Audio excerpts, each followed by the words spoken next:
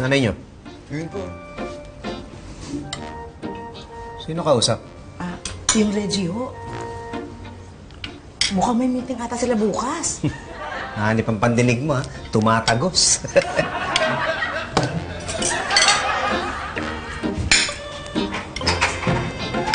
Manok na. Oh, saan naman ang meeting mo bukas? Paano mo nalaman? Baby! Ay, ma'am.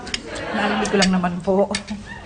Ay, dun sa isa sa mga coffee shop na pagsusuplayan namin ng cupcakes. Tapos maghahanap na rin daw kami ng lugar kung saan pwedeng mag-bake.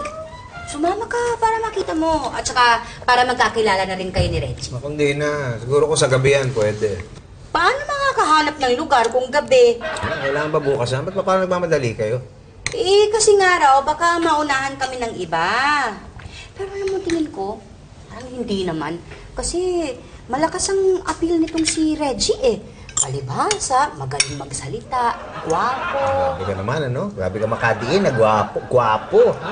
Ito naman, wala namang ibig sabihin nun eh. Nay, pwede ko naman naman yung i-bake nyo? Aba, syempre. Gusto mo ikaw mag-testing ng lahat ng i-bake ko. Tapos ikaw rin magsasabi sa akin kung masarap o hindi. Nay, tinupad niyo yung pangarap na trabaho ni Clarissa paglaki niya. Tingnan mo na nga yung kapatid mo. Nay, huwag niyo na pong pagalitan sa kuya.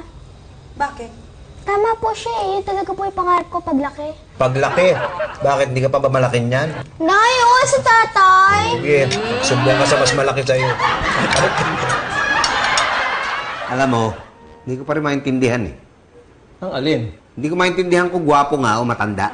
Alin yung kasosyo ni Elsa sa negosyo? Eh, ba't di mo puntahan? Ano? Pupuntahan yun, dami-daming ginagawa dito.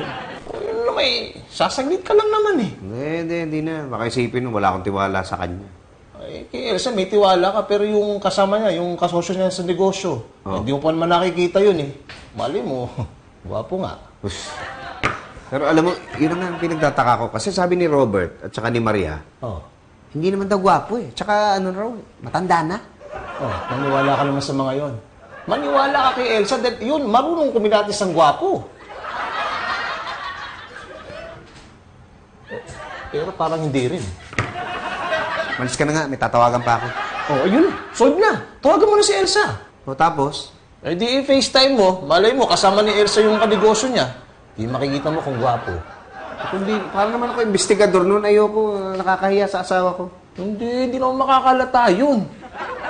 Hindi. Ayoko, basta nakakahiya. Eh, ikaw. Isipin mo rin. Hindi, naisip ko na. Hindi ko gagawin yan. Ayoko. So, what do you think, Miss Jenny? Masarap. Ngayon ako nakakatikim ng ganitong cupcake. Hindi siya nakakasawa. Hindi, di ba? Okay. Busukan mo. Ito. Nagre-ring. Excuse me ha. Okay. Okay na sa niya. Pitoy! Uy, Pitoy. Nasa meeting ako. Ba't ka ba naka-FaceTime? Hindi na, naglolo ko tong camera ko eh. Gusto ko ma-testing kung okay nga. Pwede mamaya na at kasama ko si Reggie, nakakahiya. Ay, hindi, sandali lang to.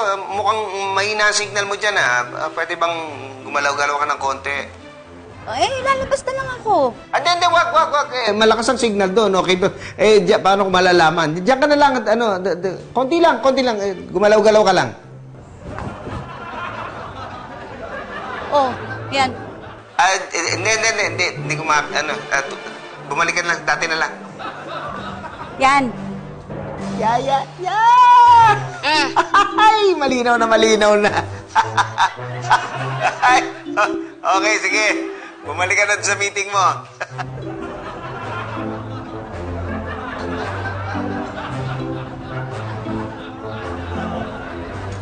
Sorry ha.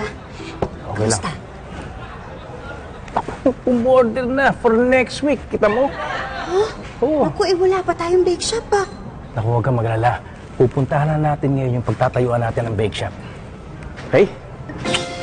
Lito, pakikuha na yung kotse ha. At hintayin ka namin sa harap. Salamat. Okay na.